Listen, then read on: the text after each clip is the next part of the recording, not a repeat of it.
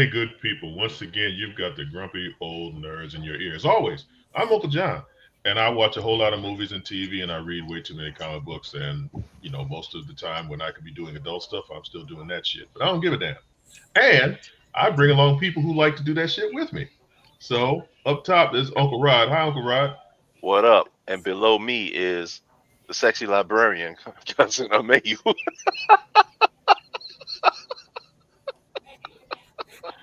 Hi, right. She worried about nothing.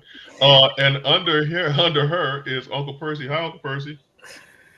He's still on mute. He sure Lucky motherfucker.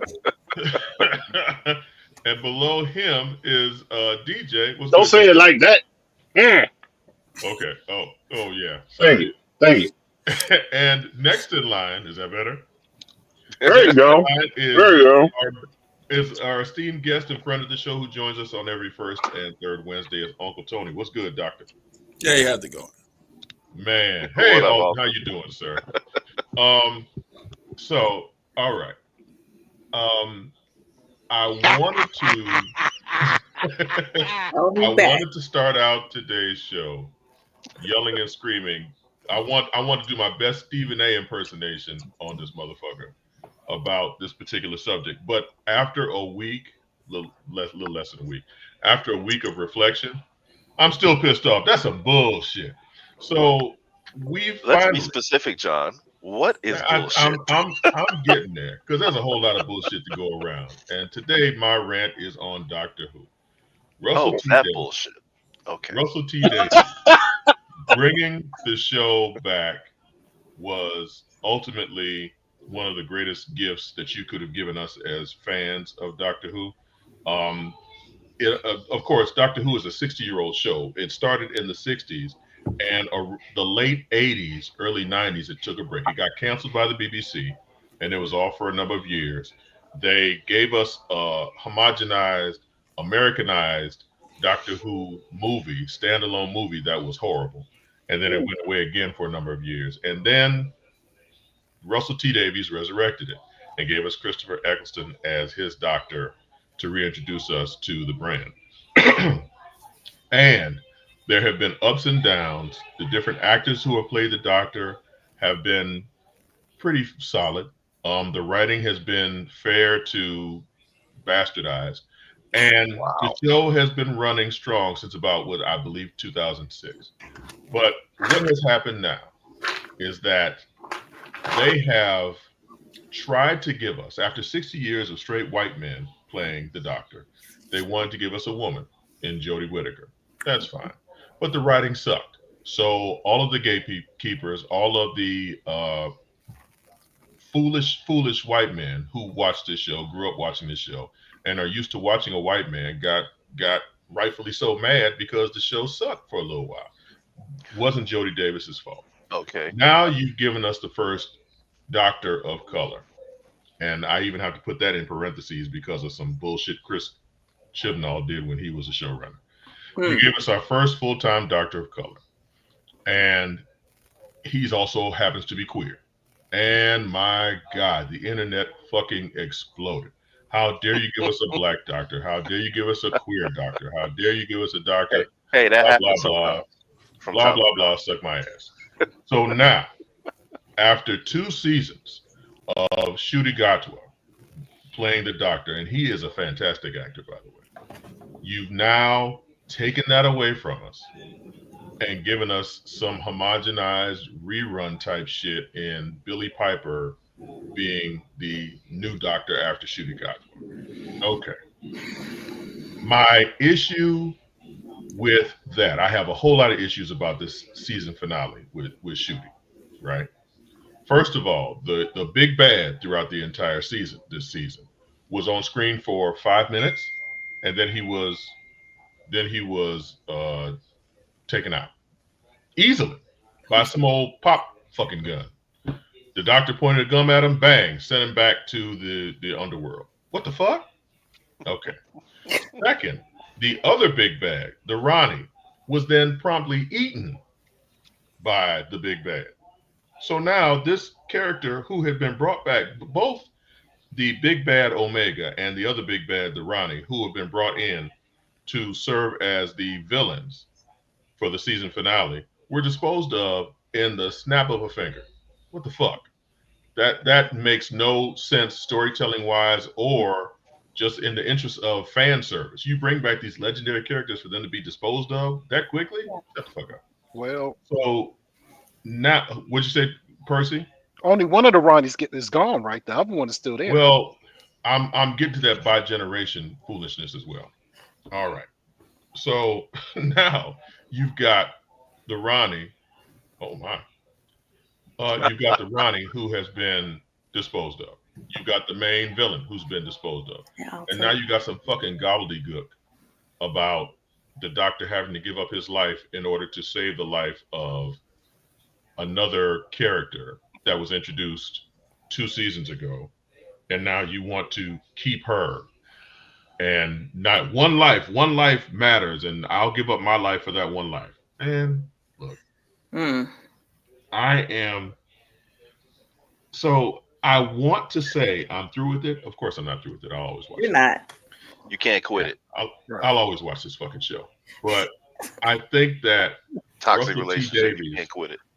my problem is the ratings are so bad because of the writing and the fact that they had a woman and all these white boys who sit in their basement in their drawers watching the show, whacking off to whatever. All these characters. This show has been run into the ground because they're worried about Disney Plus and the money that Disney Plus has been pumping into the show. Now, in spite of all this ridiculousness with the writing, the special effects are fantastic. It looks great, right?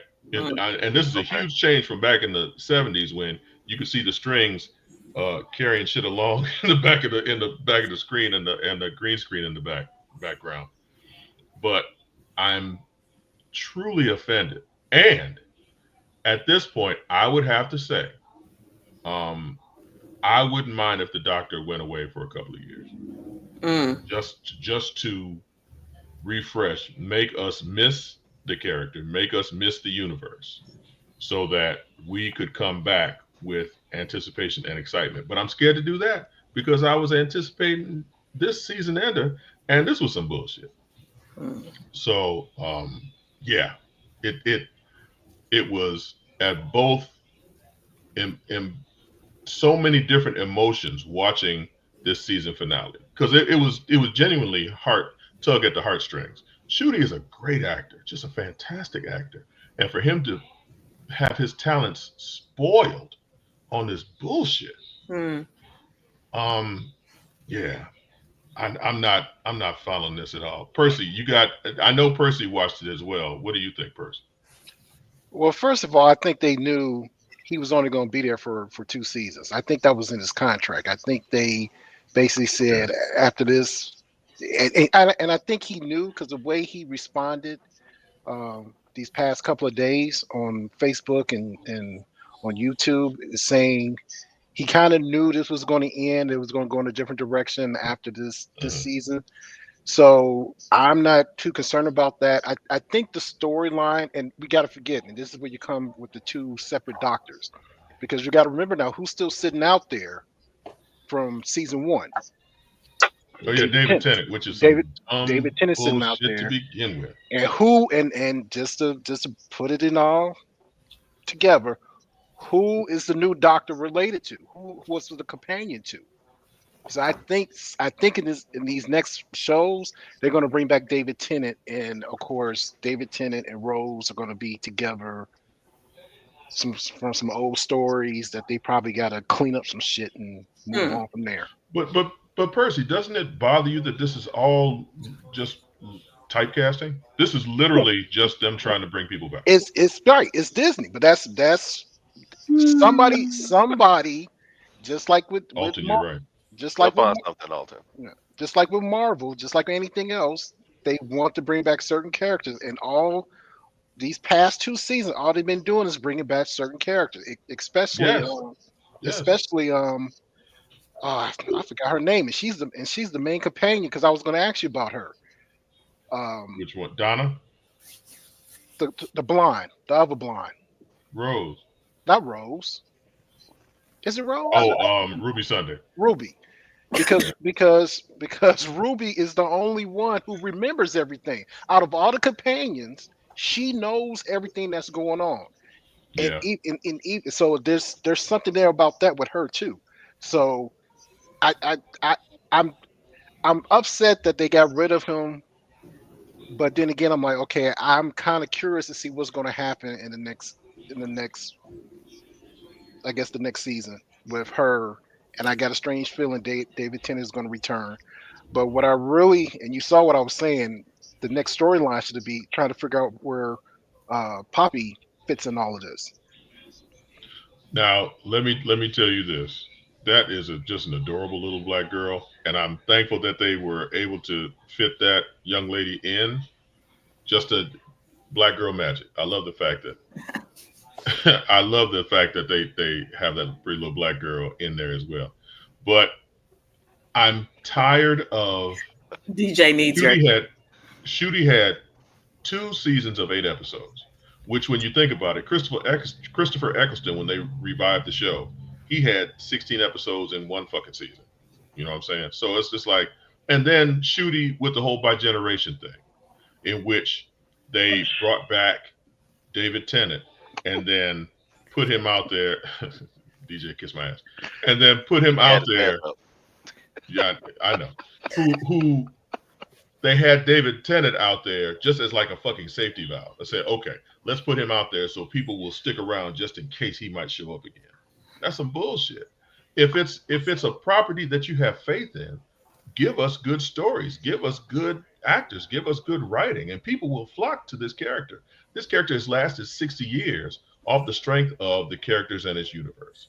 And now you're scared that you're offending people and they don't want to watch anymore. What would you like to say, DJ, if we're not interrupting you? Oh, sorry. Oh Sorry. my God. Oh, Jesus Christ. I thought y'all forgot we was here. I mean, just you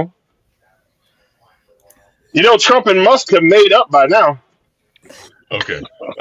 Bad writing, bad show running, and bad directing have plagued all of our black lead heroes, sci-fi shows, and movies. Acolyte, Captain America, Secret Invasion, and Doctor Who. Wow, I would James Otis Hall. I would love to argue that point, but it'd be hard because you're right. All of those shows. Good luck arguing that one. Yeah, all of the shows have suffered. And what did I tell you all in the group chat? I'm just waiting for Medea in space to get my black. Oh, jeez, please!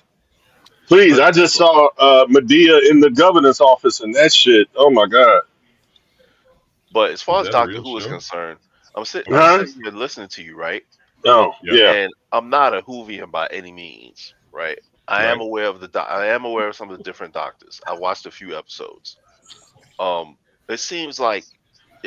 almost seemed like with these last 2 seasons, that they were kind of like, hey, let's do this because this is what they think people want.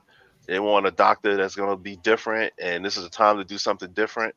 And the world changed, and then everybody in the world hated that for whatever reason. I think that sometimes you can put a little too much of something into one thing, and then nobody likes it. Yeah. You know what I mean? Yeah, I do. Like you could have, they've had a female doctor. People were cool with that for the most part, right? Mm-hmm. And then they were like, all right, well, let's go ahead and put a black man as a doctor. All right, cool, no problem, maybe.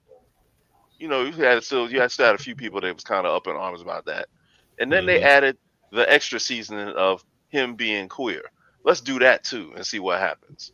And I think that was I think people really lost their mind of like that was a bridge too far. Like, okay, he's a black man, no problem. Oh, he's gay too? Oh, hell no. Like, I think that was the problem. You know what I'm saying? And then on top of that, you get bad writing. And so it was kind of like a bad mix, man. Like, had they done one or the other, it might have been okay. But the female doctor, she was gay too, if I'm not mistaken. Wasn't she falling in love with her companion? So here's the fucked up thing about all this, right? It was a case of was she or wasn't she?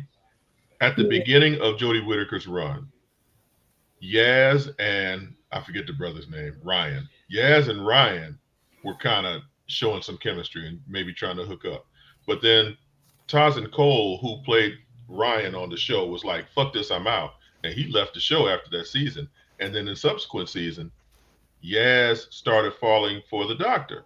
And it was that unrequited love type shit that Martha Jones had for David Tennant's doctor.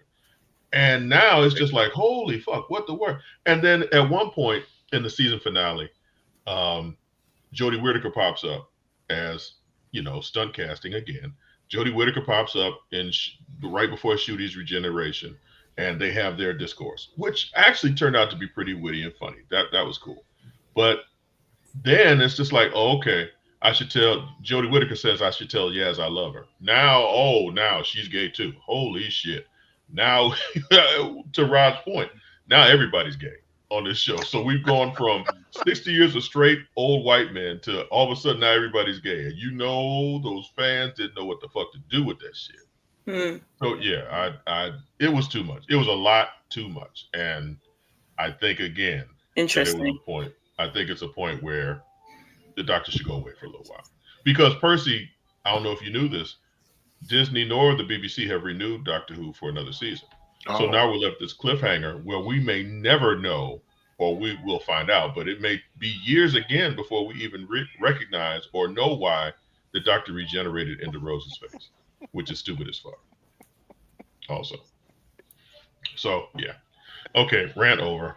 I think me and Percy are the only ones interested in that story anyway. So, next up. Well, at least we won't get no more crying. Hey man, you know what? You're gonna be all right, John. But you know what? Right. In the last two episodes, that Uncle Percy, really? He didn't cry. That nigga didn't cry in the last two episodes. That's kind of weird. He's cried he has cried in every goddamn episode since the last two. So another Russell T Davies explained that he wanted this doctor to be different from other doctors because he wanted him to show emotion. Okay, so now you've got a black queer doctor who cries all the time. Them straight English white men were just like, what the fuck are we watching? Hey, yeah, but once he found out he was getting fired and shit, them last two episodes, he was like, fuck that shit. It almost sounded like a setup, man. I'm telling you. I'm mad at the motherfucker. Almost. Yeah. But our black heroes in fiction on TV and movies right now are not faring well. So it's kind of fucked up. When have they ever? Black Panther, that's the only one. I mean, again, once we get Medea in space, we'll get. We're not doing Medea in space. Yes, they will. Yes, they will. Tyler Perry gonna come up with some shit. I was talking about Medea in the governor's office. That sister shit. The people. Man, listen. I tried to watch that show. I tried. I really tried. I watched the whole season. Did you? Which show? Why? Which show because are y'all talking about? She the People. I was trying to be supportive. I was feeling in my blackness. Just making sure you and I like they are being sued for that show. They are? Was it that bad? I was gonna say they're suing people for cruel and unusual punishment. People saying reckless I'm paying premium prices for me that bullshit. For Netflix subscription. Wow. Yeah, fuck them. Wow. That's crazy. Well, speaking of Netflix shows, Netflix had their, upfronts, which they called To-Doom. This past weekend. I just got that not too long ago.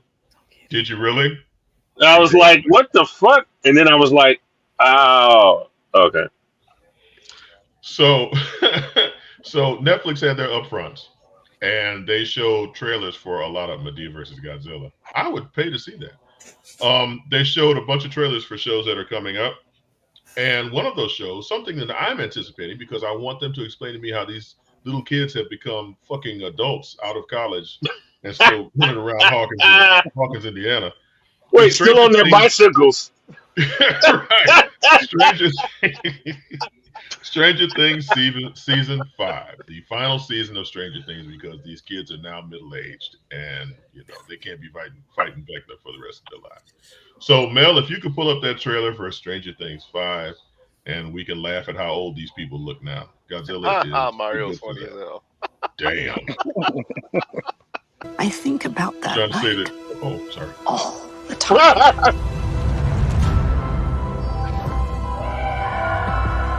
The night it came for you.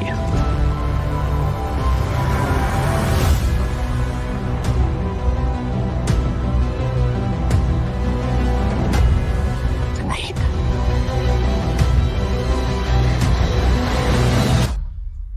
all of this started.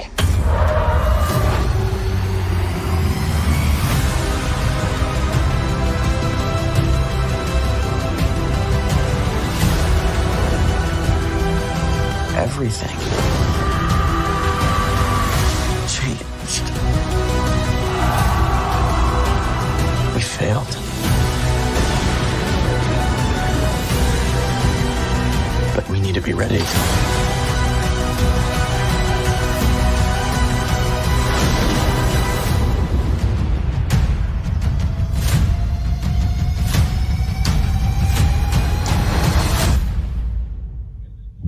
Okay.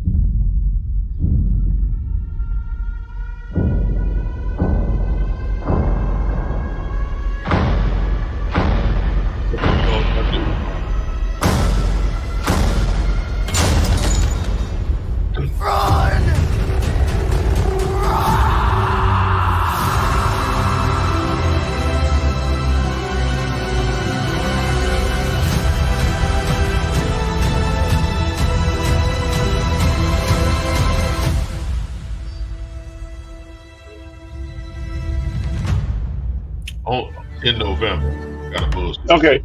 Can I say one thing? Go ahead. That the whole black versus white. You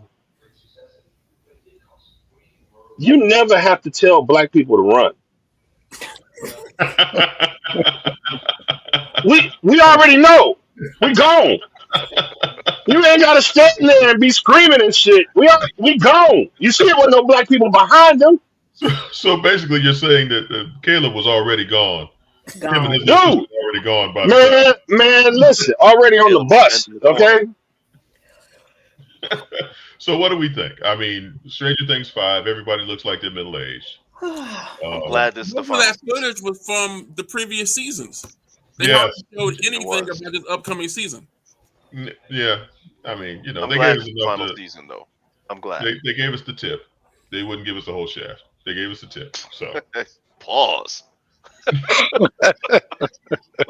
Damn. I've only seen the first season of that. So you said what? I've only seen the first season. Like I didn't really come back for the second, and I was just kind of like, it just didn't hold your attention for whatever reason. So I'm good. I mean, the show's good for what it is. It's fantasy, horror, sci-fi type shit, and it's good. And it's got its good qualities, but it's been 10 years since that motherfucker started. Wait a minute. What do you mean for what it is? I mean, it's unique. It has been unique. It's been pretty good. The show has been Unique good. in how they borrow from other movies and TV shows. Okay, really? Borrow from a lot of shit, but I They do mean, a good job with what they borrow. thank you. They've done a good job with what they borrow. I'm just I saying, agree. I'm glad it's the last season because it definitely needs to have an end to it. Oh my God, yes. Before what's her name? 11 brings her baby onto the show. Like her husband and her child. Right, that's what I'm saying. So the next season, The young lady who plays the sister of Lucas, her graduation pictures from high school were floating around the internet. Like this show, it's been 10 years. Like literally, it's been 10 years since the show started, since the first season. COVID fucked up a lot of timelines. And the writer's strike. And the writer's strike, yeah. And the writer's strike. There's a lot of Man, shit. listen. Caleb and Laughlin needs to just get ready to be Miles Morales. I so want him to be Miles And Morales. just get it over. Man, listen, get it over with. So bad. But what do we think about his wig game? What do we think about Stranger Things wig game? They gave him the high top fade. Is that Tyler Perry worthy? Wait. I hesitated to say anything because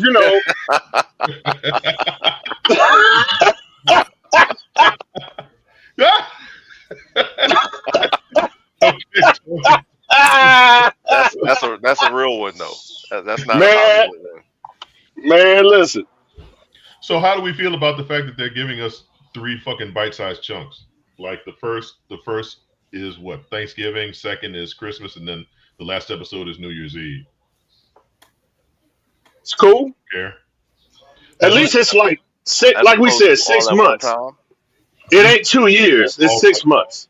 I guess you said that you waited 10 years. Might as well wait 3 months for what, 8 episodes? I mean, it's better than somebody sitting there and watching the whole thing in 2 days and then posting all over the place that it sucks and there's no reason for anybody to watch it. Right. You know, at least by Thank you. You will get that. Yes. Too, if they put it all out at one time. Right. That's a fair point. You would definitely get that. That's a fair point. All right. Well, let's do this. Let's go ahead and take a break. And when we come back, Uncle Tony's corner. Why would 11's baby be 12 or 5.5? Oh, Alton, you slow you. And when we come back, Uncle Tony's corner, and we talk about a comics legend who passed away last week. Uncle DJ, take us away.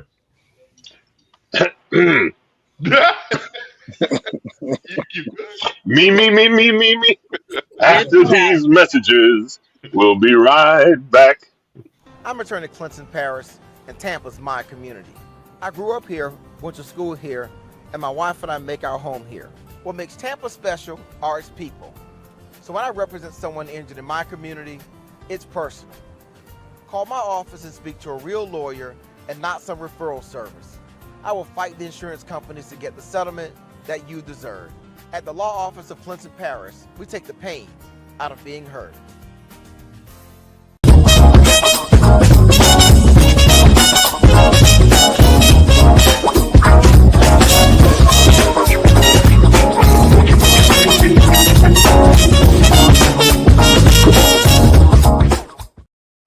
And we're back. That's the commercial break we've ever had. God damn.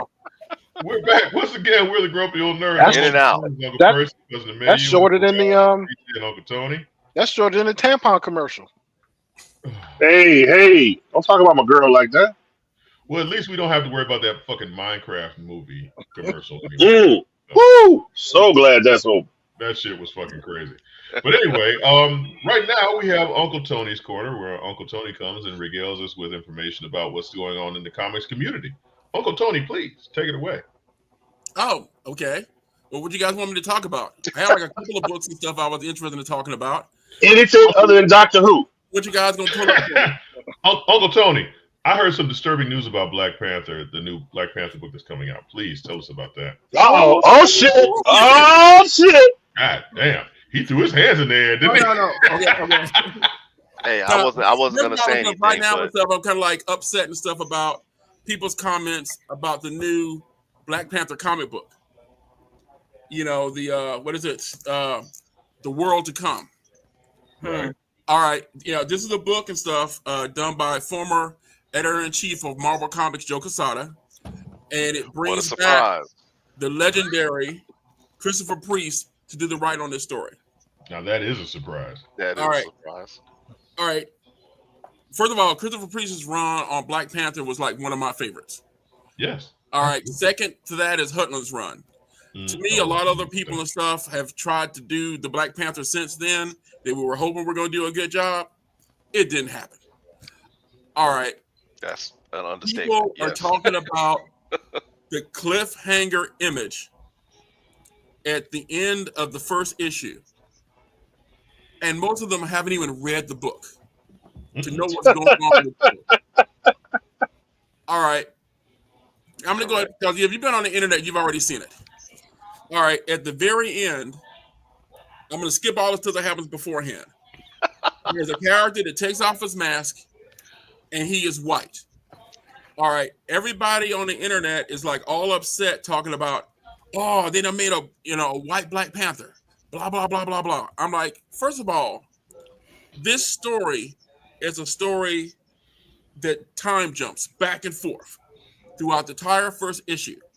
T'Challa has passed. All right, and it brings up different things that has happened before he passed. So we don't know the full story. All right. I don't want to spoil it, but somebody important to the Black Panther has passed and is no longer in this storyline. He hooks up with an old girlfriend. All right. Then he turns around and stuff is having this big battle for who gets to be the Black Panther. And at the end, we get the mask coming off and it's a white character. That does not mean that the Black Panther is white. What does it mean, Tony? Of telling a good Christopher Priest story, and y'all need to slow your roll. Okay, this is just like doing our Old Man Logan story, or what is it? An old Hulk story. This story is skipping through time of the future. All right, this is not going to be one of those things and stuff where, in the regular MCU universe, in its current time stream, that there's going to be a white Black Panther. A white man as a Black Panther. Right. All right. So, like I said, I'm telling people, read the story, form your own opinions. He'll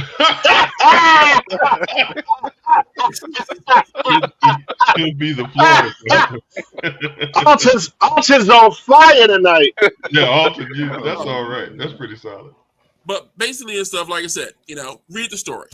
I've got my own ideas and stuff. It's like, to me and stuff, it's like, is this actually the son of Ross and the Black Panther has adopted him? I don't know. But I'm patient enough to wait and see what's going on. So have you guys got the image to that book? Show people what to look out for? In this age of immediate gratification, and motherfuckers have the attention span of gnats. It sounds like Christopher Priest, and I trust Christopher Priest as a writer because he has brought us. That's not it, Mel. He has brought us a lot of stuff. It'll look like this. Yeah. Wait, he's brought us. She saw a white boy. She saw a white boy. She was like, "Hey, that must be in a black costume." She said, "That must be it." I guess that's it.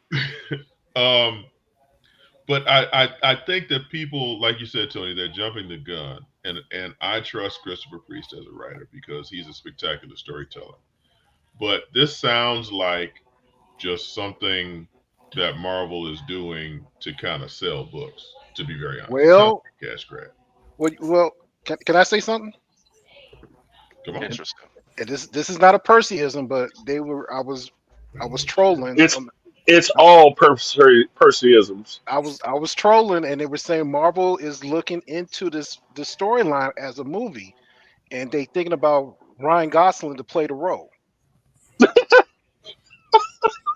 Nah, I bet you was trolling. The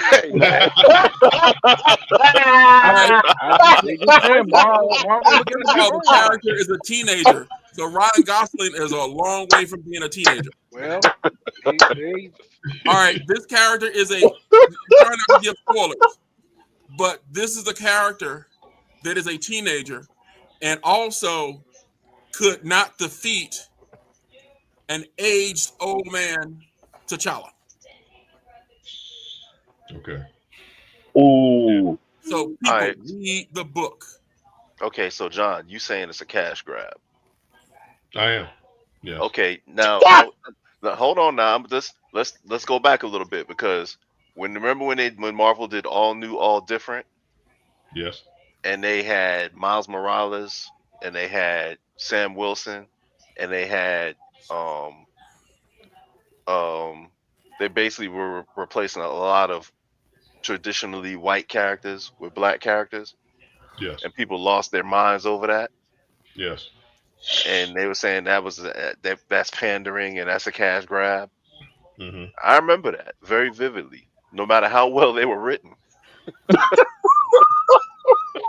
Archer's killing me. I'm sorry, Joe. Archer's killing me. Yo, no matter how well they were written, people had a problem with it. Like especially Miles Morales, right? Yeah. Mm-hmm. So you're saying that's what's happening right now. I think that Marvel right now. So the last time that Tony was on the show, he enlightened me to the fact that a lot of these books that you may think just as a peripheral, as an outsider, these books you think are doing well really aren't. It's only so. And Tony, please correct me, but out of all the books that are out there now, there's only a select few that are truly selling like for real. Correct? Well, like I said, right now for the first time in a long time, we've had a flip. Right now, we're actually selling more DC comics than we are Marvel comics. But that ain't it. She heard DC. She heard DC. Then Marvel comics because of basically the Summer of Superman and all of the absolute titles. Right.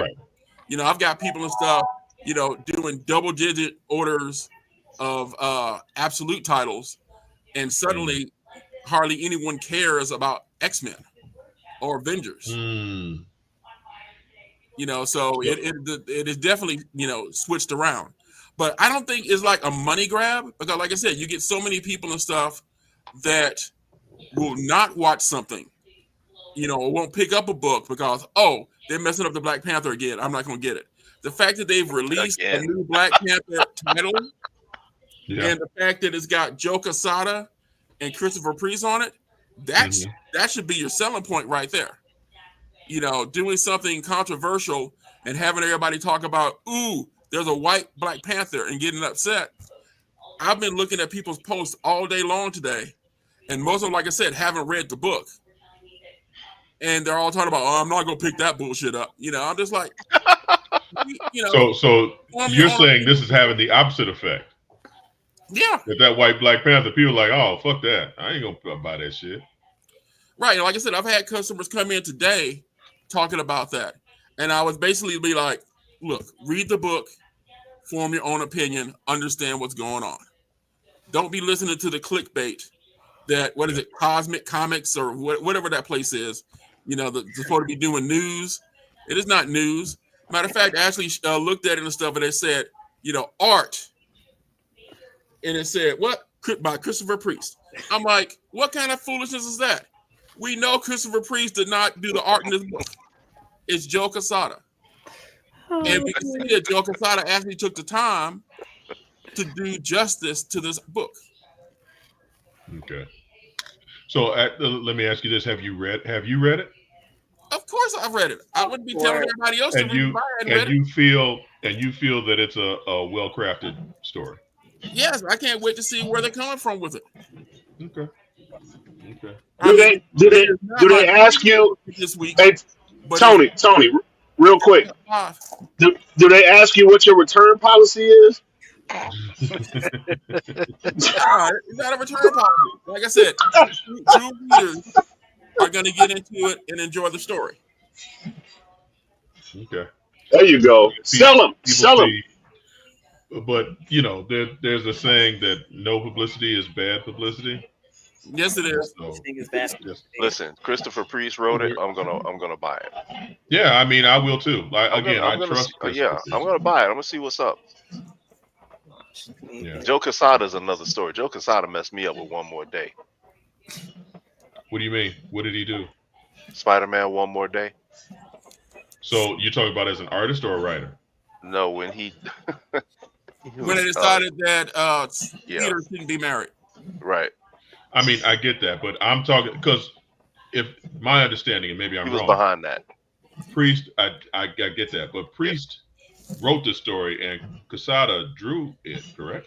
Correct. Right. Okay. So he didn't have a hand in telling the story. So I'm good with that. As an artist, I have no issue with it. We hope. Okay. So staying at, oh no, go ahead, Tony, give us something else. Well, first of all, and stuff. This is a thick book, and it's actually ad free, so you're definitely gonna get your money's worth with it. My favorite book for this week. Wait a minute, Tony. I'm sorry. Comic books have ads in them? Yeah, they've been had ads in them. Yeah, Oh shit! My bad. Oh, My bad. Boy, you sounded like Steve Rogers on that one, bro. Man, listen. I feel like You're not Steve lying. Rogers They on got that one. ads in them now? They got ads? I thought it was just Netflix and shit now. Okay. comic books have had ads in them forever. Yeah. You know, way back when you could like order the sea monkeys, and then when you got them in, you Oh, realized. well, see, Or that's but that's different. That was different. The X-ray glasses you could order. Yeah, or the Muscle Beach. The Muscle Beach. I had the X-ray glasses. Oh my God, that's terrible. Come on, Tony. Hey, man. Your favorite book this month or This week is Imperial, and this is done by another one of my favorites, Jonathan Hickman. Jonathan Hickman, to me, yet has not told a bad story. This is awesome. All right, it's a galactic spanning storyline that brings in all of the characters. The plot for this one is like really cool. In the beginning of it, they show you that there's a couple of people and stuff that are manipulating things behind the scenes. But what's going on is that the leaders of these different galactic powers are dying. And they find out and stuff that they've been poisoned. One of the people that got poisoned was Scar, the Hulk's son. The Hulk's son. All right, so the Hulk, along with Amadeus Cho and Jen Walter, She-Hulk, and Brawn, go with him back to the new planet Scar to find out what was going on. This involves the Novas, the Wakandans, the Shire, you name the galactic empire in the Marvel Universe, and they're all involved in this story. And so they have to figure out who's at fault. And then, of course, they start collecting evidence, and it points to a certain people being involved in the situation. And, you know, not to spoil anything, but it points toward the Wakandans. Really? Like I said, Wow. you got to read it.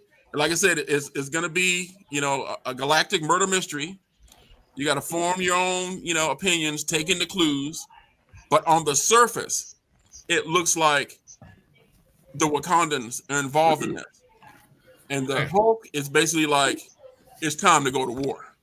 So, Tony, Alton asks, is that the one with World Breaker Hulk in it? Oh, yes, it is. In full armor. In full armor, Alton. and he gets to the planet Scar, and people are acting foolish, and he reminds people brutally that he is the World Breaker. And then I was like, oh, yeah, World Breaker Hulk does kill with no problem. Oh, shit. Yeah. Okay. And like I said, you know, he didn't just go with himself. He brought She-Hulk and Amadeus Cho with him. Nice. Okay. That sounds like something I should be picking up. All right. So, like I said, if you like murder mysteries, it'll be the way to go. Okay. Oh, and like one more thing is to show you guys, since it kept getting, you know, brought up in the messages, people kept talking about some Godzilla. Justice League versus Godzilla versus Kong 2 is out. The first one was so successful, DC said they need to go back to the well again and come up with another story. Okay, but who's that big swole motherfucker? You mean Superman? Oh, that's Superman. Oh, my bad. Okay, all right. Okay, man, you back up from the camera. Damn. You know how I am. With a swole white boy. The chest is big, but the package is I small. don't want to take up too much time. What'd you say, Tony? That's pretty much all I got for comments. I don't want to take up too much time. No, that's fine. That's fine. That's fine. Thank you once again, Tony. That was very informative. I'm definitely picking up the first two. But basically, yeah, you want these. Yeah, but I'm gonna pick up those two. Those two actually sound pretty awesome. All right. A lot of times, like people we haven't been really too successful with Space Marvel, like except for a couple of titles. So I'm kind of happy when they do it though. Yeah.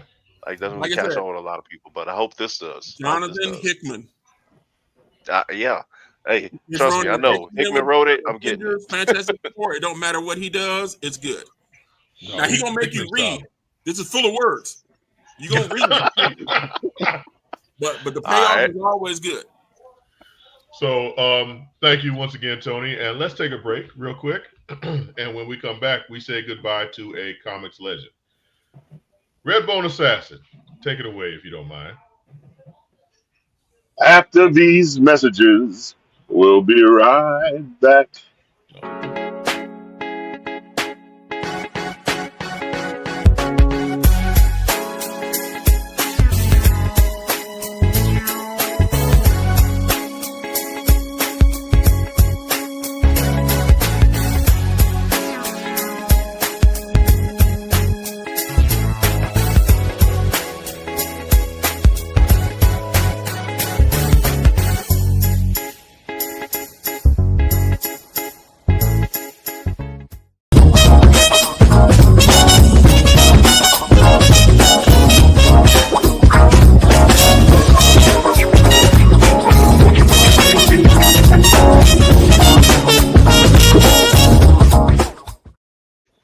And we are back once again with the Grumpy Old Nerds. And we would be remiss if we didn't address the fact that a comics legend passed away last week.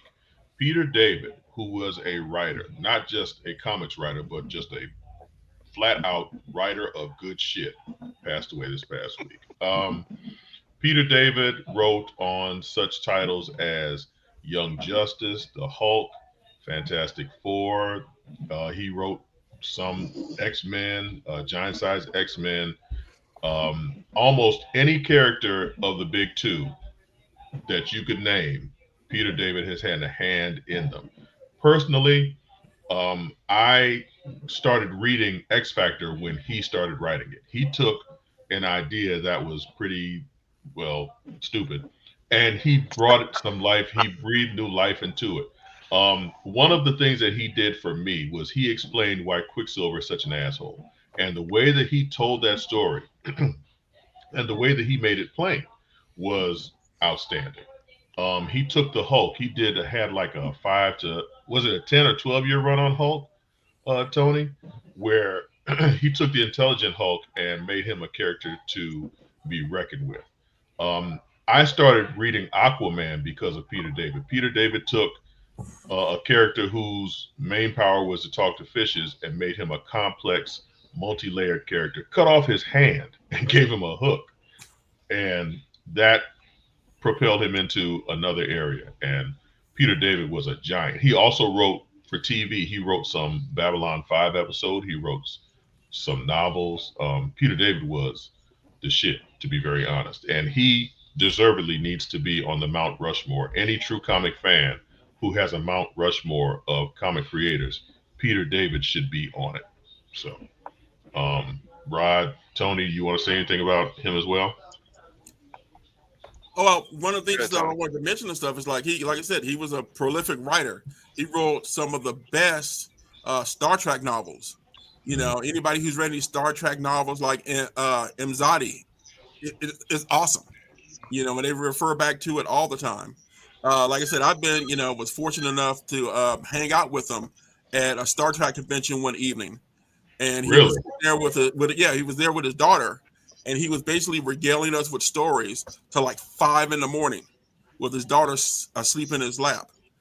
So I've had the privilege, to be hanging out and stuff with him and George Perez, and when they be coming to Dragon Con and the two of them would be like hosting a costume contest, they were hilarious together.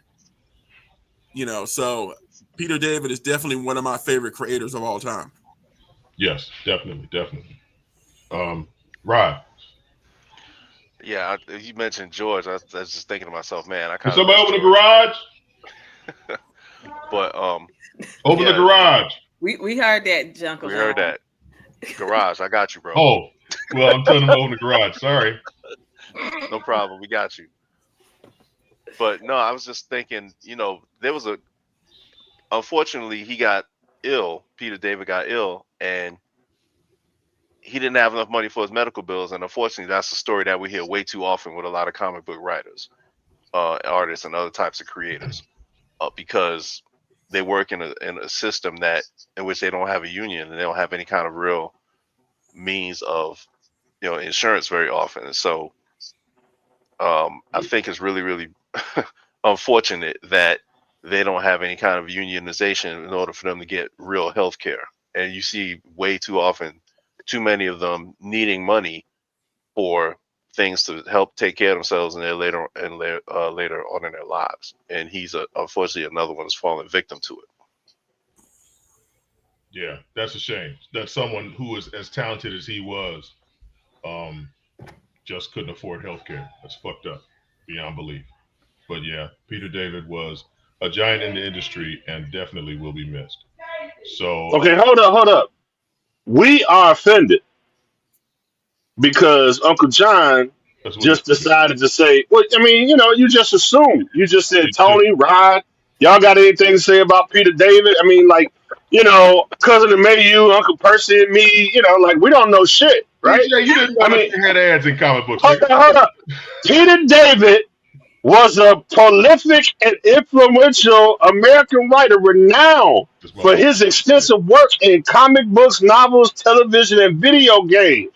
Over a career spanning 4 decades, he left an indelible mark on the world of comics and speculative fiction.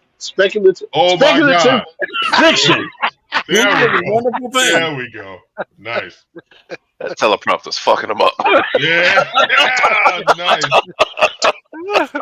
And besides the Star Trek novels, he actually wrote some really good King Arthur novels also. So definitely that's right. They're good.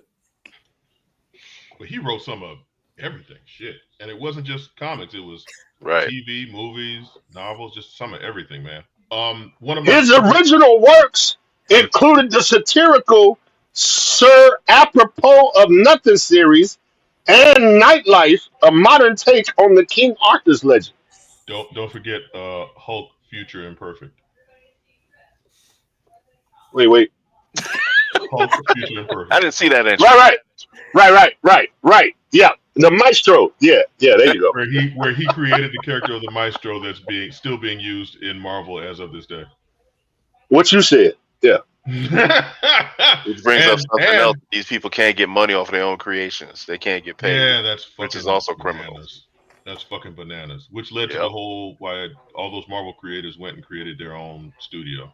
Yep. And speaking of Doctor Who, he got the 2011 GLAAD Media Award for his inclusive storytelling. Yeah. There you go. I don't know what that has. Oh, speaking of Doctor Who, one of his first published God damn it, why did I? Oh, shit. You started that shit. Damn it.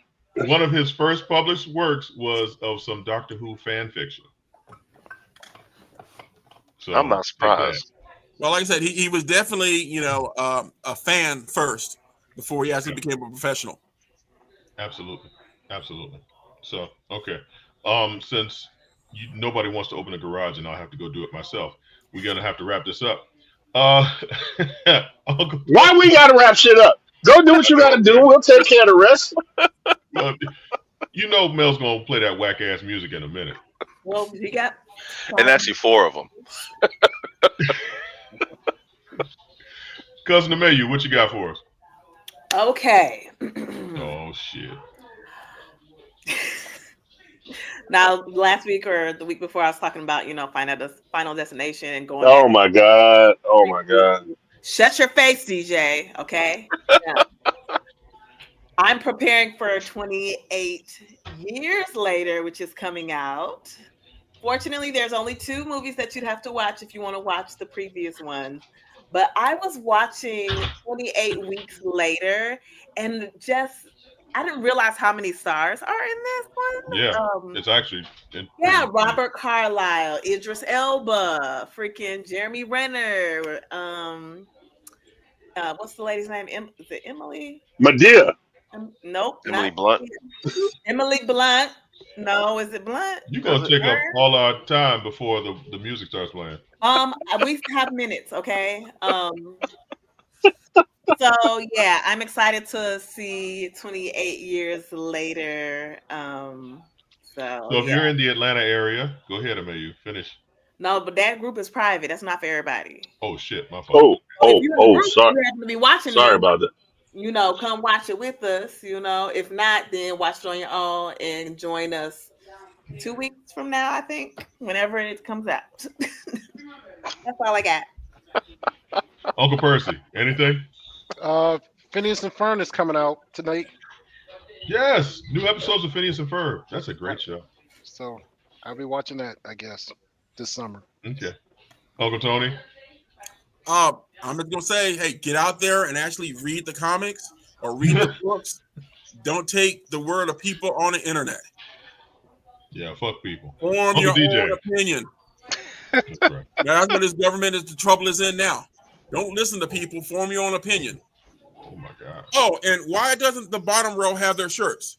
What's up with that? Well, first of all, if I can give a shout out to my main man, Uncle John, he is wearing a shirt that gives a shout out to Gill's Beer,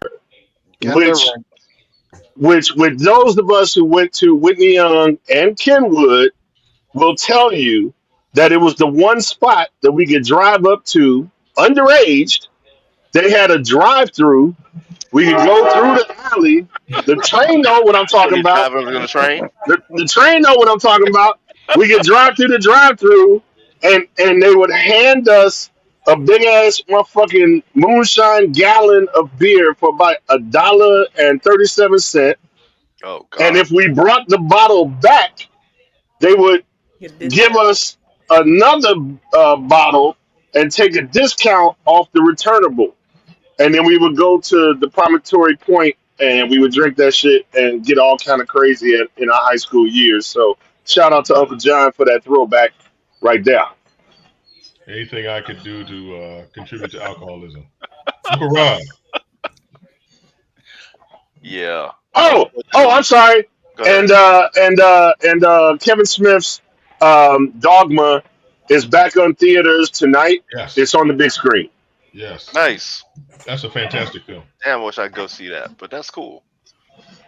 Unfortunately, in the world of professional wrestling, we had somebody get released. A man named R-Truth, Ron Killings, 17-year WWE veteran, will be unceremoniously released after his contract expires in a couple of months. Unfortunate because he's considered one of the pillars of the organization at this point. Always there to make people laugh and entertain. And yet he is another one of the victim of the budget cuts, which are running Damn. Fucking Doge. Through $1 billion company that just recently made the most money ever for their last WrestleMania is cutting people because of budget concerns. How the fuck does that work? Exactly. Shout out to the Junkyard Dog. Yay, capitalism. All right, well, for Uncle Tony, Uncle Percy, Uncle DJ, and Uncle Rod, why do we have this jazzy-ass music as our outro? We are the Grumpy Old Nerds every Thursday at 8:30, 7:30 Central. We come and we bust and shit on stuff just because we can. Join us, if you will. And is Amayu voguing? A little bit. Thank you for joining us. Bye. Appreciate you. Night, night.